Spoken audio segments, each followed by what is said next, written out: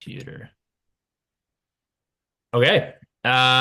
So this is our next series of the Lunch and Learn, which is race day, kind of that 24-hour race day nutrition. What are you actually needing to do? As you know, this is something, you can do all the training in the world, but if you're not going to put calories in the body, then you're going to find yourself obviously quite calorically deficient. Um, and bonking and such. So you're not going to be able to reach the athletic performance that you've trained to. And then Sierra here is, kind of going to spearhead this Zoom, um, and, kind of talk about how to actually nail it down as she works with many different endurance athletes in this space, helping prepare them, for these big, single track six, BC bike race, triathlons, ultra marathons, like all the stuff in between. She can kind of touch on that. And yeah, I'll let you kind of introduce yourself to who you are and your experience. Awesome. Thank you, Karsten. Yeah, maybe I've met some of you from previous calls and stuff, but for those that have not met me, I'm Sierra and I'm a registered nutritionist and I'm certified with sports nutrition as well. And I love focusing on particularly the topic we're going to talk about today as far as like stage racing, one day racing. I blended the two together, but will be very clear with what I'm kind of guiding because there are differences between the two. So those are kind of the topics that I'm going to dive into is just like what to eat, how to nourish yourself, what to take when you're on the bike, when you're training for it, the time frames around that, and what it all means. So I'm going to dive into some things that might be like general nutrition related, and then we enhance it as far as the conversation. So I'll streamline that there. I do a presentation style because I find it's easy for people to kind of go along. And depending on how many people pop in today, if you have a question too, like you can either, there's this little like raise your hand emoji thing that you can do, or you can pop it in the chat and we'll also do a Q&A at the end. So, Yeah, I'll do yeah. my best to monitor the chat and stuff. And then if, yeah, we can, again, be pretty informal. It's not crazy numbers, so easy to just even unmute and ask or put it in the chat or raise your hand, whatever you need. Yeah, awesome. Yeah, so we're going to be chatting about bike nutrition. And so kind of like what I was talking about is like race day fueling is more the specifics behind today. It's kind of what to eat, what you're going to be drinking beforehand, during, and after, and what that looks like. Because again, knowing that we need to like stay hydrated and have enough fuel in our body means many different things. And what that actually looks like on a plate, sources, stuff like that, we'll dive into it. The best energy sources to favor, especially when we're considering increasing training load, race day, stage racing, and what will be the most like replenishing for your body, as well as like energy source, glycogen storage, all that stuff. How to avoid common mistakes before you end up bonking, or how you can properly train to avoid some of those mistakes that happen when you're racing.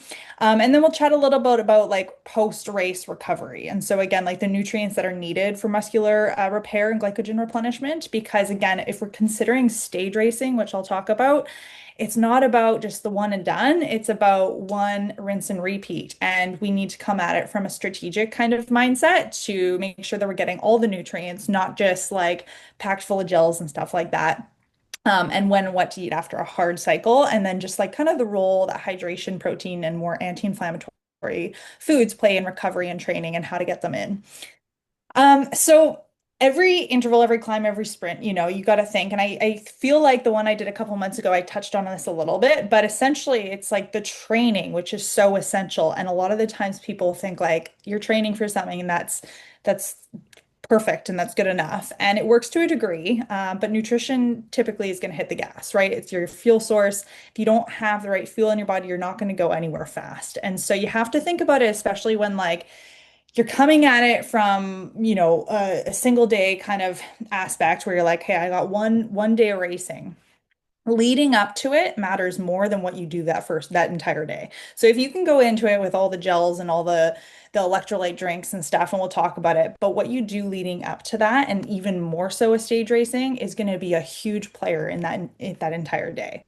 So let's say like day one, you're ready for stage. You're feeling good. You're feeling good. You've trained, you've prepped, you start. And all of a sudden, you're in, you're like, yeah, I need some water. Yeah, I need some carbs. You know that. That's a good knowledge amount. And then it keeps going. And then you're like, you think you're doing enough. But what can often happen, and the most common mistake, is that you're underfueling or you're under giving your body the energy availability it needs to actually be able to not just push through, but to avoid that bonk. And so usually it works for a certain period. A lot of people like train and they'll try and like kick it up into higher. They'll be like, yeah, I feel good for about an hour and a half, then I bonk. And then, maybe with more training and more kind of tweaking nutritionally, they can creep that up ever so slowly and start to get to a number that starts to feel a little bit more secure for that person. But let's just kind of keep in reference alike. Let's say you don't do that. What happens is you're going to end up not feeling so great. It's bonking, it could be dizziness, it could be, dehydration, energy availability, like we're talking glycogen. And what happens, especially in stage racing, is that it catches up fast because there is no recovery. So maybe in a one day, you're like, yeah, I did it. I survived. I got through it. Maybe you didn't like perform your best, maybe you did, but now your recovery is not really as great. The thing about stage racing is that you got to rinse and repeat. So if there's no time to recover after, it becomes much harder to feel efficient or actually be able to do it and finish. So it's kind of like, fuel to finish is kind of the whole mindset. So, just kind of what I'm talking about is like improper fueling definitely translate into more like bonking, especially like prematurely. So it's like, sometimes even people are getting like 30, 40 minutes in and they're like, what's going on? So that's what we're going to talk about is how to avoid those and how to properly train so you can actually hit numbers and peaks that feel really good. So the first thing is understanding where your baseline is, right? So my baseline is going to be very different from Karsten's. Karsten's is going to be different from Francine's. It's going to be different between every single person. So you have to make sure that, going into it, you're eating enough for not just your maintenance, but your training. So your TDEE, making sure that you understand if you're kicking your training up into high gear to compensate that with more calories, more carbohydrates, more fluids, and making sure that you're getting enough in training for this. So again, like hydrating often, sipping on carbohydrates and fueling and training to see the frequency that you need to do that. And we'll talk about that more. Again, it's about planning ahead. So again, like going into any type of race, like making sure you're equipped with things. Because going into a race, I've seen so many different people is like you show up and they have nothing. And that's fine if you do that, but you got to expect that that's probably going to be also part of your performance, right? Your performance is not going to be prepared, it's not going to be planned for, and it's going to be much harder to feel good. So, oftentimes, like again, especially if we're talking about BC bike race, because that is coming up, but there's so many different ones that are kind of all over the place here. But because that's coming up soon for people, it's just like, try now, specifically if you haven't already, to really start to get your body equipped for that and be like, what works well? What's the cadence of the frequency of hydration and stuff? Um, and, again, kind of like just touching on this is like recovery meals are going to be your friend, especially in multi-stage day racing. The beer garden does not count. It may be there. And again, it's not about not choosing those options, but it's about what are you doing that will actually make your performance and make your recovery better. So we'll kind of, And yeah. just to kind of iterate on your point in terms of a coaching standpoint, like any client that I have that is in either BC Bike Race or again will be approaching single track three, it is written that we're kind of trying to do more back-to-back days in sample sizing. So you get this chance to do what Sierra's talking about, apply a strategy to nutrition and see how did it go. Yes or minus, like yes, it went well, no, it didn't, or whatnot. So really it's a part to integrate, see what your coach is kind of writing and then apply that, kind of increase of calorie to a higher intensity and whatnot. So I'll take it back away. Yeah, yeah. No, that's great. And I'll kind of touch on that a bit more of like sometimes we eat very similarly than what we would do when we're actually just training. I wouldn't say like infrequently, but just kind of normal training. Once we start kicking it up, that reflects also what our body needs. And sometimes what happens is there's just discrepancy of we're actually under fueling for this application of intensity and frequency. So we'll chat about that, but Oh, let me move that. So, kind of what I was talking about is like we want to fuel our bodies so we make it to the finish line and not just make it barely, like make it still holding on and feeling good and ready to, cheers with our friends and stuff like that. The What I was talking about finding your baseline calories, why that's so important is because if you think you need a certain number, you have to find out data, right? Thinking is not actually what our body needs. Like, I think I'm tired. I don't know if my body's actually tired. What's going on? Understanding that our calories and what our maintenance is really, really crucial to finding out actually how much fuel we're going to be needing to get into our body. So sometimes the numbers are as high as 3,500 to 7,000 calories intake, depending on rider size, gender, cycle, terrain, race length, training, muscle to body fat ratio, like all these things contribute towards what someone's caloric requirements will be. And it's much higher than what people are usually intaking. So a common mistake that I see often in nutrition is just that we're underfueled. And so we don't necessarily, I think, in just today's societies, like we think, oh, well, that would just make us smaller. Not necessarily. It might actually just make our cognitive function not as fast. It might make our, muscles not be able to recover. And so therefore we're bonking. There's these other things that are very not visible to the eye that happens. And then again, just ways to kind of test it out as far as like your measurements and stuff like that. There's lots of online things you can do. I would say the most important would be probably going for more of like a Garmin or something that actually tracks more your personal data and knowing that that is a measurement, not a definite, and kind of finding out from there. So just a little estimate on that. So on the bike, so here we kind of like get more into like what happens on the bike, right? So you're on the bike. Let's all talk about it more for like racing convenience. But again, this is not just speaking to racing, it definitely is applying it to your training as well. Per hour, our body, and this could be lower or higher. Typically, if you're like pretty experienced athlete and you've been training for a long time and you've been gut adapting, then you can go much higher, even to 120 grams per hour. The thing is that our body needs this. And so if we're riding and we're just, having maybe like a little bit of Gatorade and some water, we're probably not getting enough carbs. We need to start again supplementing, which is what I'll talk about here through different kind of blends, especially when you're on the bike and you can't get off. Drink mixes, right? Sources of easy carbs, hydration, blends of the two. Some people, especially with stage racing, find like, day 4, you cannot fathom a gel.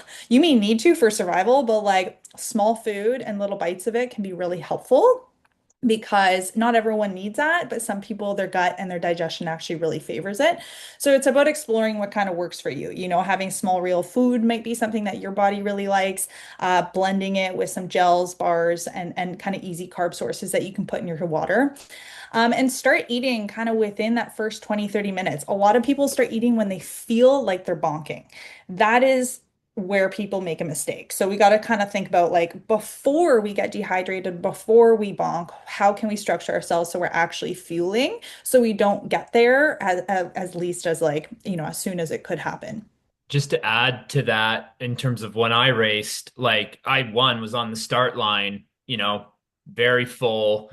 And then, kind of that to Sierra's point is like, I don't feel like intaking calories yet, but you do it because and you are like, you're taking gulps and you're actually like kind of burping and you feel it like, because you're trying to be as full as long because eventually that starts to wear away. And if you don't do it early, like you say, it will come before you know it. So.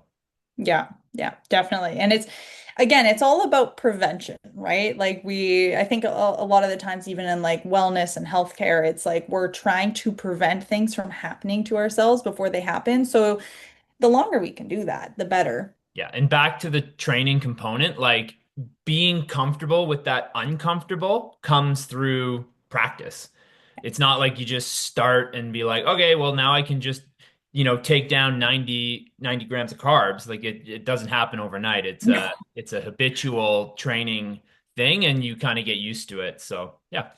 Yeah, yeah, it's gut adaptation. And I kind of talk about that too, and I'll go into it a bit more, but it's about training. It's about training your body, training your gut. And that is kind of what will make, again, like overall performance really, really excel. Um, Small amounts is usually enough. It's about finding things that are concentrated enough and that work for your body. And again, kind of intaking that between 10, 15 minutes, 20, 30, just making sure you're kind of finding that cadence over doing big chunks every hour. So if you're like every hour, I'm going to ingest, a large amount of fluids, or every hour, I'm going to take in my carbohydrate source. The problem is your body actually can't like synthesize that fast enough. And that's kind of where, again, we see some more like gut distress. So sometimes, again, like with any type of endurance, we're looking at, yeah, the gut, the digestion can often go off pretty easily, and finding that frequency and sugar intake. And I'll talk about that. Um, and also timing it. So again, like eating before your climbs, not when you're get to the top and you're heaving, and like, finding the times where it's like, okay, it looks like things are going to be a little bit more chill here. This is a great time to apply that. That may not always be the factor. And that's why training in hard situations is also important to gut adapt, to allow your body to understand that it is like safe enough to ingest that. So when I talk about the whole like 60 to 90 grams per hour, and again, that can be slightly lower, higher, depending on someone's threshold. The sources that are really important to get is that glucose fructose blend. So typically it's 2-to-1 glucose fructose. The reason why they're both important is because your body can actually only transport about 60 grams per hour of glucose and 30 grams of fructose. Glucose is preferred, but definitely because we need usually more than that, it can't be the only source. And so we have to rely on sources that are either coming from like maltodextrin, which is often found in like kind of blends and stuff. I know Morton has maltodextrin broken down into like glucose rapidly. We don't want to have only maltodextrin technically, because that also is like talking about like how your gut will respond and things like that. But with the blend of the proper ratio of glucose to fructose and variety, you'll find what works really well. Starches, so rice, potatoes, bread, glucose chain. So those are all forms of glucose. So just the ideas of like what has glucose, and then dextrose. It's already glucose. So again, these are conversions. Sometimes you'll see them into like some packages, supplementations, things like that. This is why it's there. It's because your body can synthesize that glucose for that 60 grams per hour. Then the fructose sources are going to be just as important, because again, that will top up that 60 grams that you cap out on to an additional 90 to a potential 120. We're looking at fructose sources coming from, the common one is like fructose from fruits. So again, fruits are a good source. Honey, sucralose, some gels, things like that often have fructose. It is the best ratio for that 2-to-1. Everyone can kind of figure out what works best for them, because we are slightly different in what we tolerate. But the easiest way to get these sources in your body, especially considering single to stage racing days, we're looking at gels, energy chews, bars, rice cakes, which most people won't do rice cakes, especially for like longer rides, but just ideas of where it can come from, baby pouches, and drink mixes. These are all really important to kind of understand and play around with, and everyone is different. Like my body prefers 100% having a little bit of solid food, because I do not feel good with just having gels. Like I do not. That being said, it's about training and understanding what works for you, and not always just what your partner does. Um, so carbs are going to be your friend. So again, when you're on the bike, carbs are your friend. So remember kind of that ratio of glucose to fructose.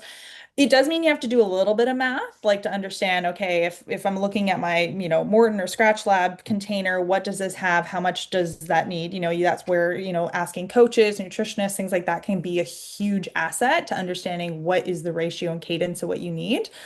But understanding also like carbs leading up to any type of race. It could be single day, it can be stage racing. That kind of that 4 days out is typically what I would encourage, not just I think more old news was kind of like that day before people would carb load. I would encourage doing 4 days out and starting to increase that by 50 grams of carbohydrates every single day until you get your number you need to meet. So your body has time to adapt. Because if you just skyrocket your carbs in one day, sometimes it can work for some people, but for some people, you don't actually get enough glycogen storage, or you get GI distress. And that's not always fun either. So pre-race, 2, 3 days, 4 days is kind of like the given kind of there. And then you increase kind of daily, even upwards to that 50 grams, finding per body weight. So Your body definitely runs hard, like if you're looking to have a good effort for what you're doing on glycogen. So that's why you have to preserve your glycogen storage daily. So that's why, especially for stage racing, it is so important to get enough carbohydrates after your race because your body needs to rapidly start storing for the next day. So you don't want to empty completely. You don't want to be like, all right, I have enough in the tank to go for my whole race because now you're deficient, right? So that's why the consistent intake of carbs is really important. For context of like, again, because everyone's doing this differently, is pre-post.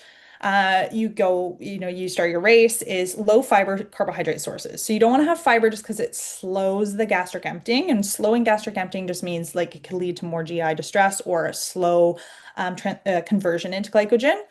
During races, same thing, low fiber, proper glucose fructose ratio becomes really essential to pay attention to. And then recovery meals, which means more of like, not so much around your direct training, not so much around your stage racing or single day racing, is slow releasing carbohydrates that are fibrous because these are where the recovery nutrients are in and can start building that kind of tank and glycogen storage prior to and start restoring your body. So again, it's just finding the proper ratio of kind of everyday nutrition with this as well.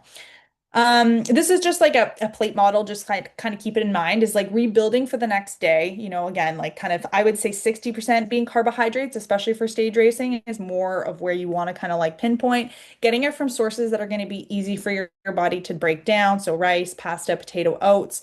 You don't need to be having just massive bowls of like plain pasta, but you definitely need to be getting enough carbs. And these are easy sources of building your plate with carbs and calories, right? So if you're someone who needs 5,000 calories, you need to be getting it from sources that break down easily and also are able to be synthesized into that caloric range you need. 20 to 25% protein, lean protein is going to be encouraged around training for sure and races. And 20 to 25 fat. So again, sources that are coming from more anti-inflammatory sources. So like olive oil, nuts and seeds, things like that.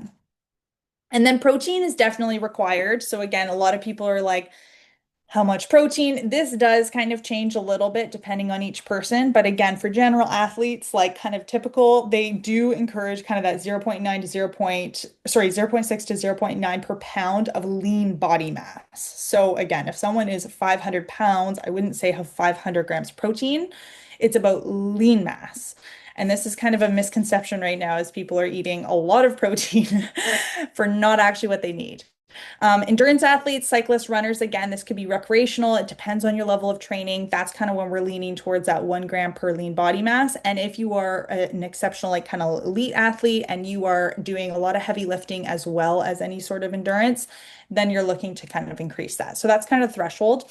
In and around protein synthesis from recovery is especially when you're on your bike for long hours, is carbohydrates are essential, but it's not the only macro you have to have. You have to have some protein for satiation, for stability, and to be able to keep going. So this is oftentimes why people will get a little bit of like, again, it could be through bars, things like that, just to kind of keep that going. Because there's a big difference between a 3 hour race and a 5 hour race and what your body actually needs. It cannot just rely solely on carbohydrates. It needs to have some form of satiation. Fluids, again, these are just common questions that often come up, so I feel like they're important to kind of go over, but like finding your number, and I talk about it next, but it's like hydration, right? People are always like, how much do I actually need? Um, I talk about that kind of next, but typically like the baseline is like half your body weight in ounces, and then you add on more depending on training, environment, again, statue a little bit, but typically that reflects body weight. And add on when you're doing your cycles of on the bike 500 to 1,000 milliliters per hour. So again, you have to adjust for conditions because if you're in Utah and you're racing and it's smoking hot, it's different than if you're doing a race where it's kind of BC cool weather and maybe your body temperature is just regulating a little bit differently, right? So you have to reflect not only hydration, but your fluid retention, which is going to be essentially coming from electrolytes, sodium. Um, Sodium is huge. And I say this because, again, electrolytes are not even. So I'll use examples here. Electrolytes that are kind of marketed toward like Noon tablets have 200 milligrams of sodium. Element T, 1,000 milligrams of sodium, and then you have like Powerades, Gatorades, things like they're all technically electrolytes. The difference is what is the mineral retentions. For someone who is doing a long race, we'll just say 4.5, 5 hours, you need something that is going to have the ability to replenish and retain. So it needs to have a higher amount of sodium, especially if you are someone who sweats a lot and has salt stains. Sodium helps us retain water. So we don't need a massive amount more than we need, but we need to have enough that reflects our athletic kind of output. The presence of both carbohydrates and electrolytes definitely helps that water absorption. So when we just drink plain water, we actually can be further dehydrating ourselves. And this is something to pay attention to make sure you have good electrolytes, to make sure you have good kind of supplementation that way and reflect the kind of environment you're in.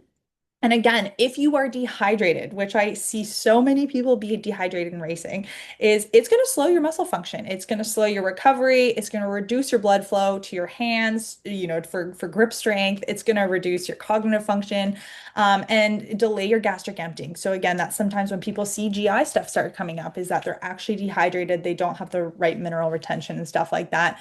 And so test this in your training, like alternate, see how much water you need to be taking in comparison to electrolyte. This, I think, Karsten, you would always kind of say this as well, but like taking a sip every 15 minutes, like, doing something to get it in. Because if you drink a large amount and then you expect to feel good, you're going to feel that sloshing in your stomach. So you have to actually retain it and get it in a better kind of cadence than just all at once. So this is little indications of if you're hydrated. It's obvious to some, but also it's commonly asked is your urine should be light straw color to pale yellow, right? So kind of seeing kind of where that would go off.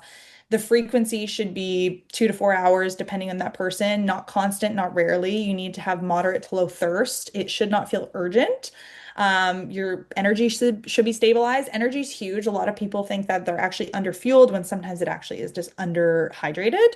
So again, just understanding what your markers are there. And then also, if you're someone who's very sweaty, you probably need more minerals and more hydration than other individuals.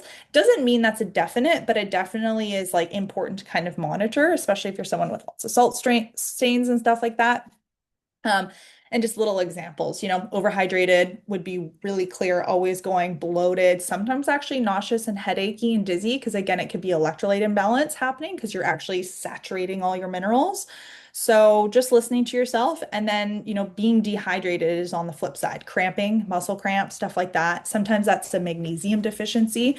So just kind of exploring that. I think it's good questions to ask. And I like bringing these up before racing because if you can correct it before your race, you will have a better race. And it's just so important to know if you are someone who's entering races on what to do and how to properly stay hydrated, because a lot of people don't know how much to drink or what the kind of signs are. So some sample ideas, and these are just ideas. This is not like a meal plan I would necessarily design exactly, but pre-stage, 2 to 3 hours before, let's say you're kind of, gates at 8, I would say get up at 6, no later than that, kind of get up at 6, have a good high carbohydrate. I'm going on the lower side here, but 100, 150 grams, low fiber, moderate protein, mild fat. So if mild fat protein is going to help you satiate, stabilize, and lengthen the amount of carbohydrate. This is the day of, I would say leading up to it again, is that increasing the carbohydrates. So you have a good amount of glycogen storage going into this day. But an example could be like a bowl of oats with banana, 2 bananas, kind of a lower fat yogurt. It doesn't need to be no fat, just lower fat, not like, 10% crema, some honey, and a scoop of protein powder, because that's going to be a good blend of everything you need to feel good and usually have a longer kind of ride as far as when you can start and when you can start replenishing and things like that. During the stage or during the race day is again that 60 to 90 grams, potentially upwards of carbs per hour. That might look like a gel. That might look like a jar in a bar or a gel in a bar. That might look like a gel bar and a drink mix. Depends on what you're taking. Again, every ratio is slightly different, but I would say kind of having that every 20, 30 minutes and making sure you're getting in some form of that glucose to fructose 2 to 1 range. Practice this in training, not day of. Someone gives you a cool bar to try the day of, day one. I probably would say I will try next time. Just because some people react differently. GI shock is a real thing. And if your gut is not adapted, like the kind of same goes for training. It's like, if I were to go try and do the first day in Cumberland as far as like the stage, I would not be prepared if I wasn't training for it. So the same kind of goes for how your GI goes, is it has to train. And then during the stage again, electrolyte fluids throughout. So finding that like number. And then sometimes people really like adding that carb. It could be like a carb replenisher or a carb booster in the water just because they don't actually like eating. They want to just have something that like is literally giving them a glucose fructose range. Oops, sorry. And then immediately after. So once you're done, right, before you head to the beer garden, before you go to your tent, whatever it is, you need to replenish. And this is where a lot of people, especially I'll talk about a stage racing situational here, because you need to start thinking about the next day. If you don't recover, it is going to be really hard by day 2 or 3 to make it through day 4, 5, and 6. So you need to have a good recovery meal set up. So this is a planning ahead piece. If you are doing a 1 day race, this is equally as important because you don't want to go to your work week or the next week feeling like crap. You want to make sure you're set yourself up for success and also so your muscles can recover and that you're not spending, 2, 3 weeks just feeling gassed. So that 3 to 1 or 4 to 1, depending on what you might need, carb to protein ratio. So recovery shakes are really easy. So bringing like a protein shake, bananas. Lots of people will take chocolate milk. I think it's definitely widely sourced. The reason I wouldn't say I'd encourage it necessarily, but I would also say it is a really easy way to get enough carbohydrates into the body fast, the way that it does synthesize. So again, there's different qualities out there. Find a good quality one if it's something and you just need it and you fast. And then rice and tuna. So that's an easy prep. Like if you're just like, okay, I want to waft it down. Everyone's different. Some people feel hungry. Some people can't, fathom food. That's where having protein shakes and stuff like that with some form of like, whether it be chocolate milk or banana can be easy. And then evening meal. So again, recovery, we're not talking about directly after, would be getting in enough food, again, to build up for that next day, focusing on a good variety of carbs, proteins, and fats, and focusing on anti-inflammatory foods because it is super important to get those vitamins and minerals in the body. That is where a lot of people are like they're doing it right, they're hitting their macros, they're getting the ratios, but there's the micronutrients that are just not available for them to actually recover to the amount their body needs.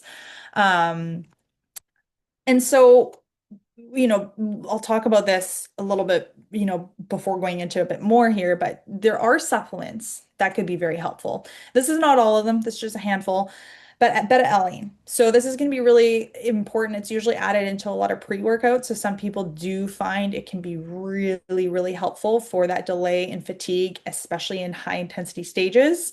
So you can preload a little bit. Again, exploring this beforehand. Creatine. So again, that can be really, really helpful. Again, for recovery, ratios are different. 3 to 5 grams is typically like what most supplements will support. There are some kind of evidence now going upwards to 10 grams, very dependent on each person.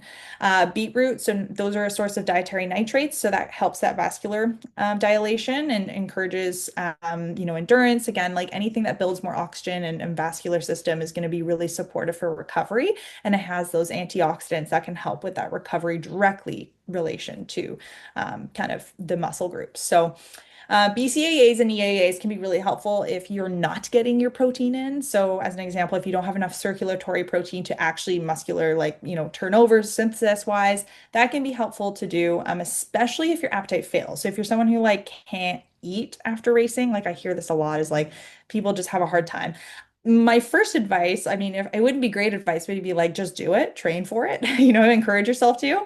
That doesn't always mean that's what's going to happen. So this is where these actually might be helpful supplement wise to include if you're someone who is training, you're trying, but you just can't quite get there to make sure that your body can recover. You're giving it some tools so it can at least keep going. Um, Tart cherry, similar to kind of beetroot, has that dietary nitrates and can help with sleep recovery because it has a low component of melatonin as well. So if someone is like kind of wired but tired after racing, this might be actually a good helpful addition as well. And it's a huge anti-inflammatory for the body. And then protein powder. So again, there's different kind of levels of protein powder, but like especially if you're not someone that can eat. Most people can't calorically get enough recovery and can't get enough protein in for what their body needs for recovery. This is a really great repair source and quick source post race. So the biggest takeaways I would say, I guess I don't have that slide anymore, but I can speak from the heart here. So yeah, the biggest takeaways, and I seem to have finished up a little earlier, but I cruised through that, is honestly just about making sure that you're setting yourself up, finding your number, like each individual. What does that number look like calorically? How much are you training? What are you training for? And breaking that down and being like, okay, so let's say you're going hard for 3.5 hours. You got to train both for longevity, endurance. You also got to train for hourly and making sure you have enough, setting yourself up, having whether it be like at stops or having it on you, what works for you, finding that out and doing that little bit of mindset work beforehand. It's amazing what people can do energy wise if they actually train for it. Like I've seen some people be like, I can't cycle more than 45 minutes without feeling like horrible. And when I work with them, it's like that number goes up and it goes up quite quickly because it's usually a combination of underfueling, including other supplementations, properly training as far as nutrition intake and things like that. So open it up for questions. Yeah. Thanks, Sierra, for a very great presentation. And the visual representations, I think, are spot on. Like to see it in the little meters and stuff, because it's what probably 80% of your competitors will do that. They will not fuel, they'll feel good, they'll start fueling, and then they'll stop. And this is where, I've told clients like when they're doing stage racing and whatnot, sometimes people like get kind of taken aback by the first stage, and a bit like, oh my God, like all these people in my age group just blew the doors off this first stage or even the second stage. And all I say is patience. It's really what you can start doing in the back kind of 2, 3 days where people really come unglued.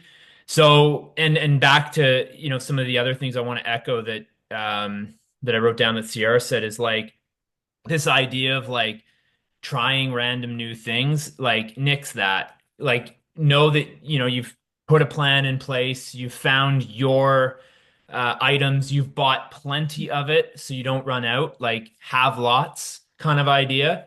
So it's not like you're getting yourself in a pinch situation where you're having to change your carb drink mix, on stage 4 because you didn't pack enough. Like Yeah. have that due diligence, especially these events. They cost a lot of money. Our bikes are expensive. The time to train is expensive. So just put that little bit of extra work in because again, it's one of the massive parts that you can do all the training in the world, but you become a bit of a plastic plant that won't grow and won't be able to actually achieve and express the fitness that you earned if you don't put the gas in the car, and that's another Yeah. great representation. So, getting into some questions, Joe's got one.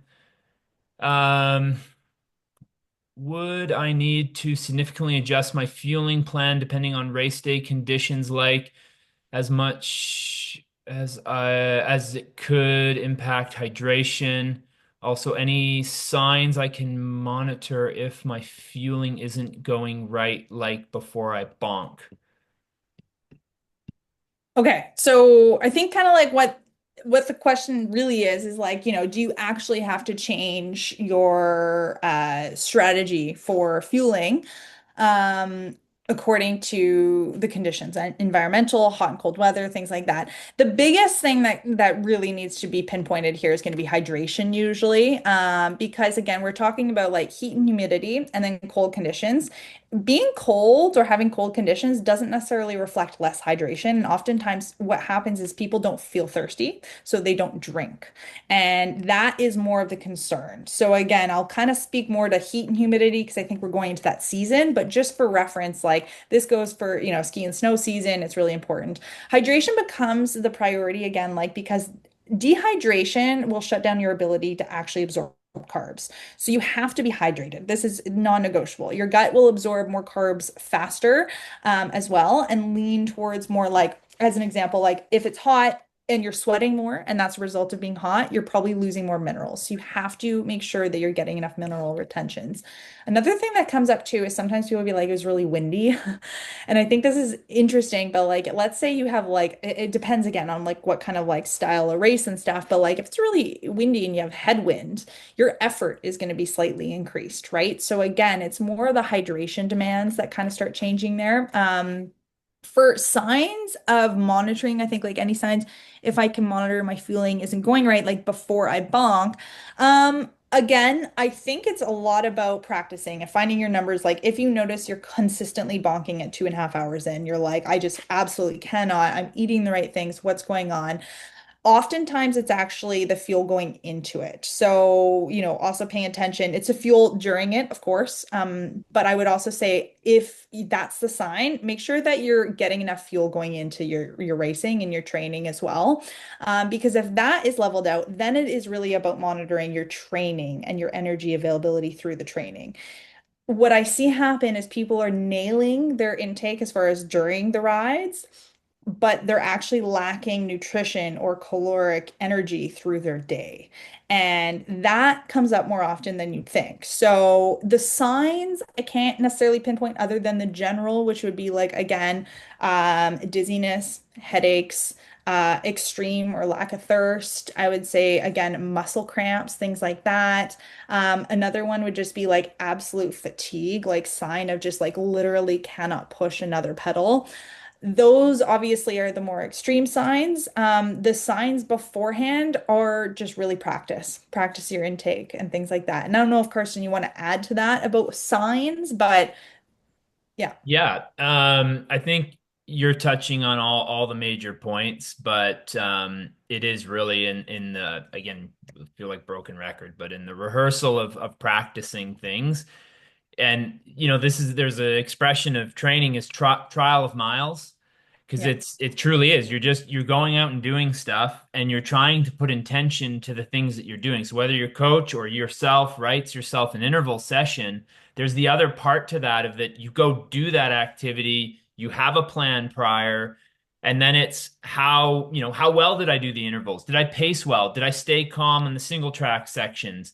And then you can start auditing, did I get enough drinking in? Do I know how to take, or do I have the skill to take one of my hands off the bars to actually drink? If yeah. I do, or if I don't, do I have a hydration pack then where I can just put a straw in my mouth really quick? Like these are all things that, that trial of miles that you write down, Hmm. you keep a log of stuff, and you go out the next session and try to improve upon it. A lot of times, I think we can get really caught up in how complex it all is. And this is what I love about how Sierra presents stuff is that, yeah, there's a lot of like numbers and there's complexity to how our gut absorbs nutrients, but there's a way to really simplify and streamline things. And that's is no different in training. Consistency is what truly breeds excellence. It's not going out one day and doing something that's really big. It's habitually doing things, building process, habit. And that's what this is. It's just adding a habit to your nutrition that you take into your training. And again, the analogy of being a plastic plant is something I say lots because it's what majority of people that race do. And you hear them talk about how they've never been really much better. They just kind of decline as their age goes. And instead of actually like taking a pause and being like, well, why is that?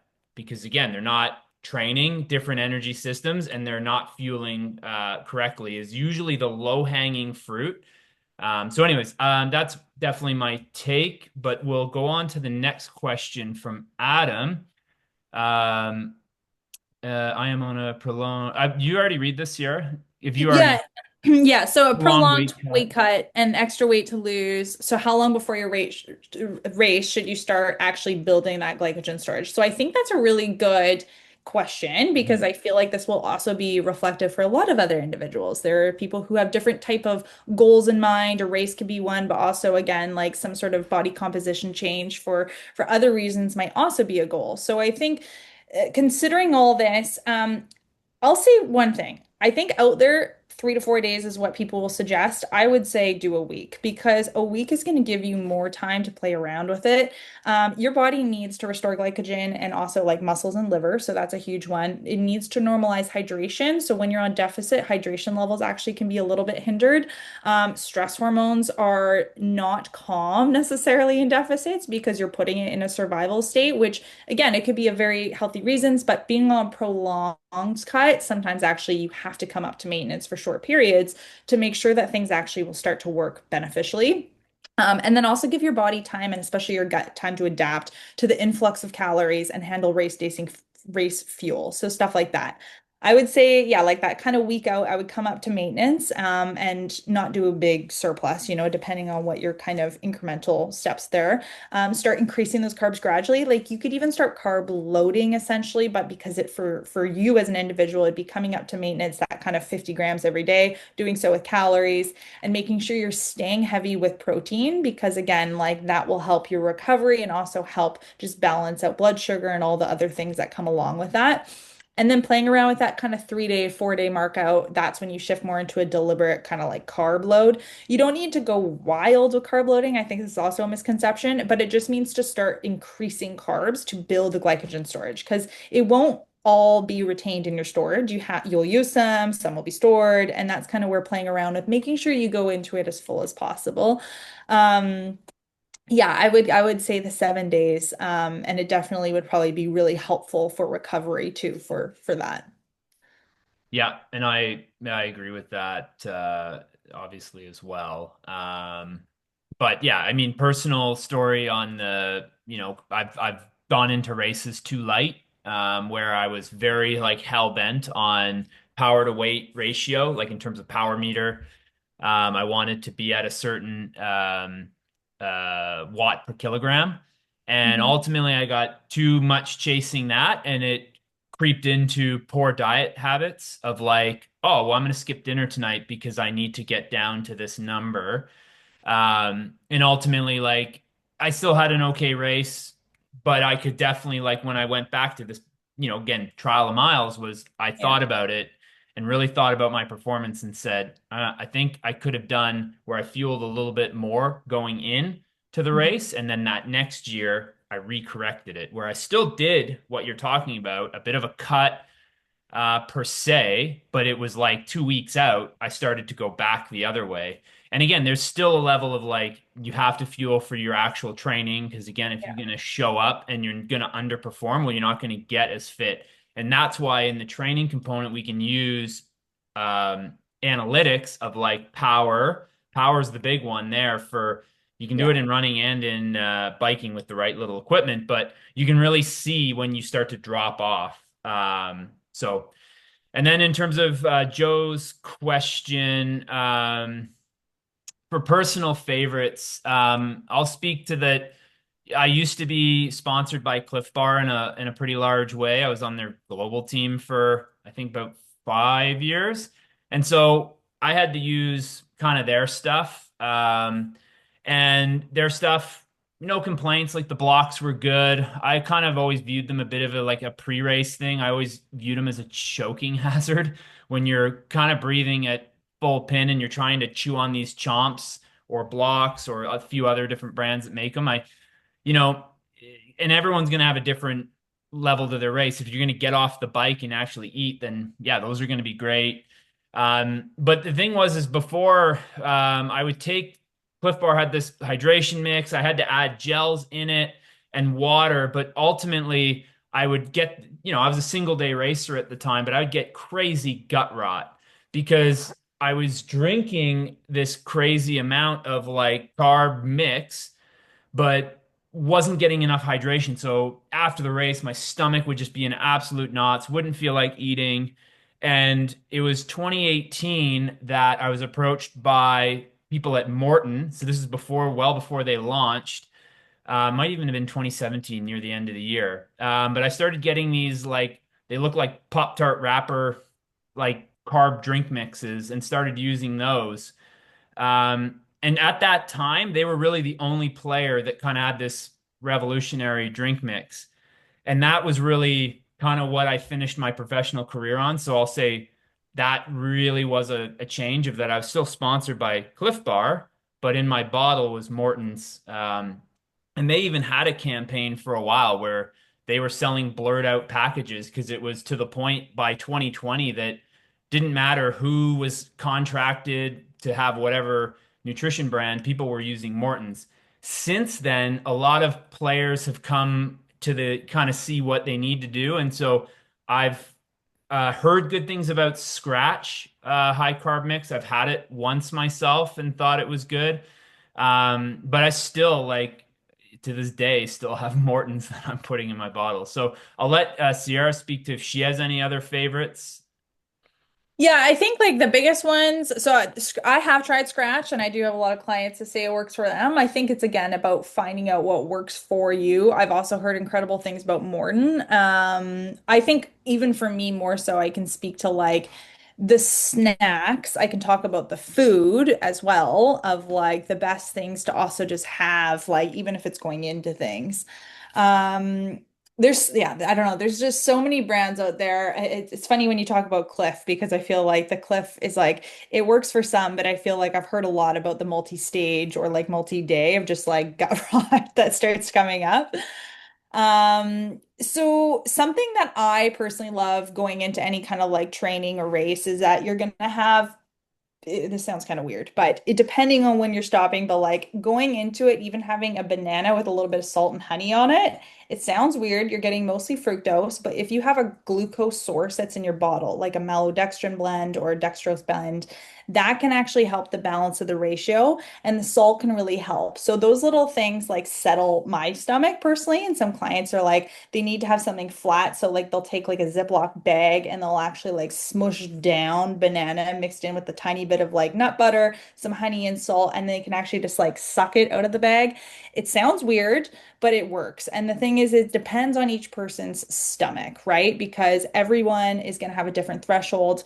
And that's kind of like the food snack side of things, as far as that kind of blend. Some people also, like if you have a dehydrator, will make their own kind of like tablets and they'll mix in blends. Like let's just use an example of like Morton, and they'll mix in blends with like dried paste of fruit. So it could be like some form of like dried fruit. So you're getting in some fructose, you blend in a little bit there and you add in some salt. So like it's just something a little bit more substantial, and it's because it's dry, can actually sit in your mouth almost like a gel.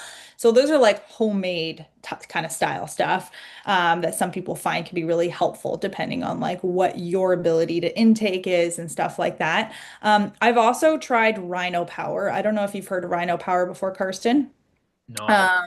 It's pretty good. Yeah, it's pretty good. And they have a carb beverage as well that converts, and it seems to be really easy on a lot of people's stomachs. So those are just some brands and ideas, and Rhino Power seems to be a decent one as well.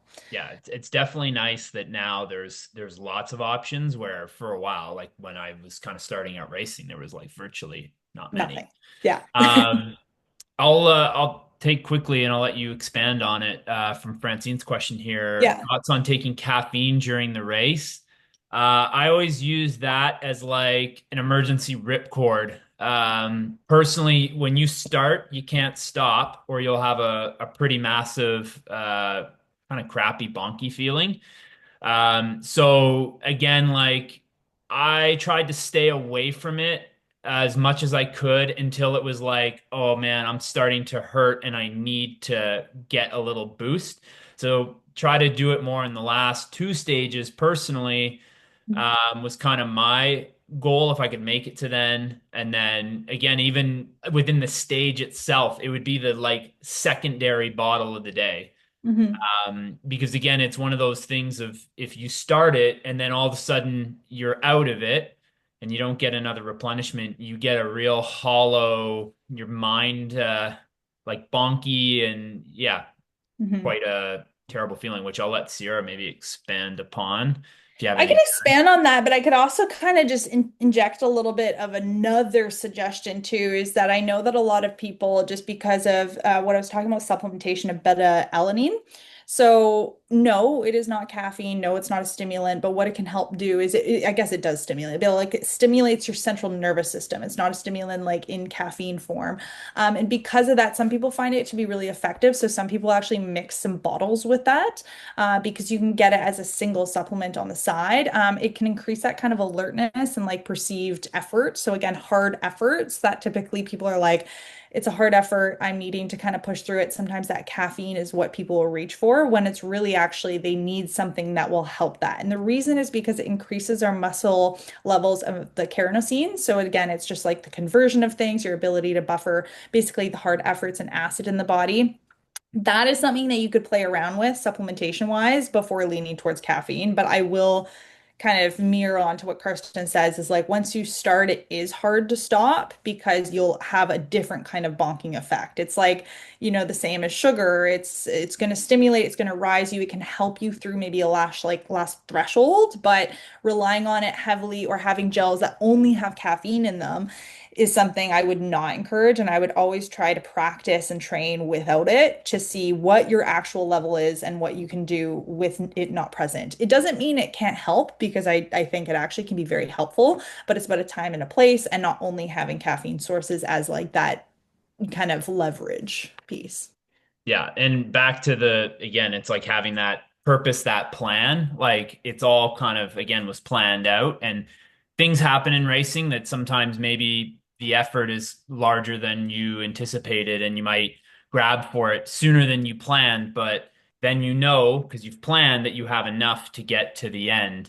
Otherwise, you're better off holding and like just trying to get through things. And typically, like again, another thing that I always tried to keep in my head when I raced is a good sign for me that I was getting behind on my intake of calories was always when I started to get grumpy about what I was doing. I Yeah. started to be like, I'm leading this race. It's Saturday morning and questioning why the hell do I do racing? I was usually a good time of like, I need to start drinking and having more calories come in because it's that negative thought truly creeps when you're starting to get behind on your calories. So again, the better I started to understand that, and the more you could get through a race being pretty stoked about the race the whole time, I think is a big check mark. So, Yeah. any other questions, anyone, before we wrap up? Awesome. Yeah. Thanks.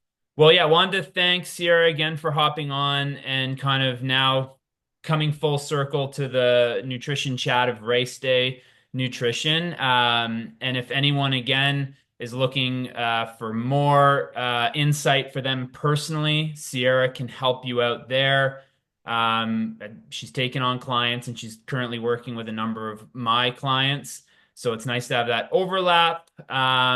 And yeah, like for people that are watching this on record, you can find Sierra through my website, which will be kind of linked through the newsletter and wherever you see this on Facebook and whatnot. But yeah, thanks again for coming for the people that came live. And yeah, thanks again, Sierra. Yeah. Thank you all. Thanks, Karsten, for having me on. It was great. Thanks for the questions. Take care.